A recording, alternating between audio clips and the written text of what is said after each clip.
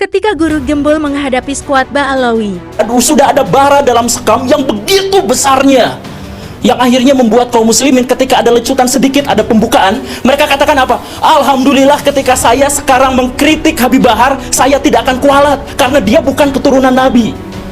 Jadi munculnya itu bukan alhamdulillah saya tetap bisa mengagungkan Nabi, saya tetap bisa menganggap Nabi sebagai figur yang ideal, yang kuat, yang bersih, yang baik hati, yang soleh, yang suri tauladan bagi seluruh manusia. Alhamdulillah, karena ternyata orang-orang yang mengingkari akhlaknya itu bukan keturunan Nabi. Alhamdulillah. Jadi sentimen ini muncul bukan gara-gara Kiai Imad.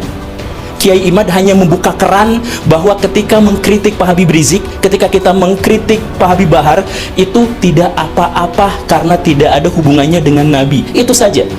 Dan lihat apa yang terjadi setelah itu. Yang terjadi, video-video bertebaran, ditambah lagi video-video yang lain.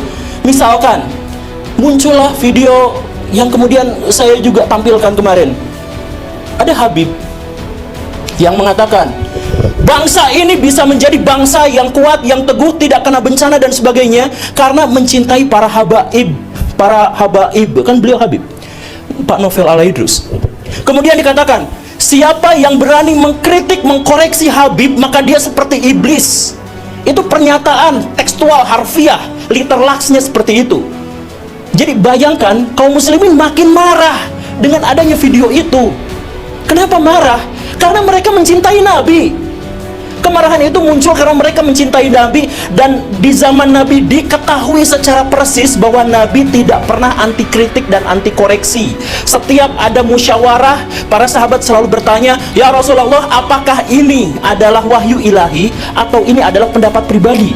Kalau pendapat pribadi, ayo kita diskusikan.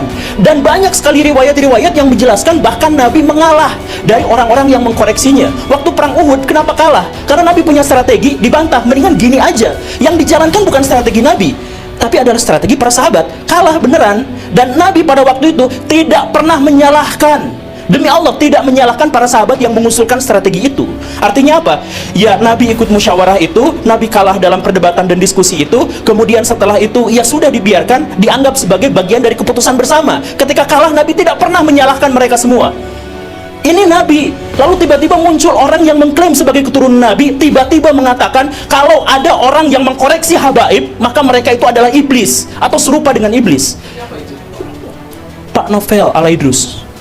Itu videonya sudah viral. Saya yakin banyak di antara orang-orang di sini juga sudah melihatnya. Nah, kalau misalkan dari Ba'alawi tidak menyaksikan itu, tidak apa-apa. Kalau misalkan di antara Ba'alawi, di antara orang-orang itu lepas tangan dengan itu, ya nggak apa-apa. Tapi pahamilah bahwa kisruh ini, polemik ini bukan dimulai dari adanya gerakan-gerakan intelijen untuk memecah belah kaum muslimin. Sekali lagi, kalaupun itu memang ada, jangan kita jadikan sebagai alasan untuk mencari kesalahan.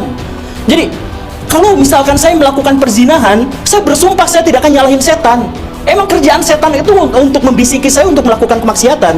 Kan begitu. Jadi kalau misalkan kita dipecah belah, jangan salahkan pihak yang memecah belah. Orang kerjaan mereka seperti itu. Salahkan diri kita kenapa kita bisa dipecah belah.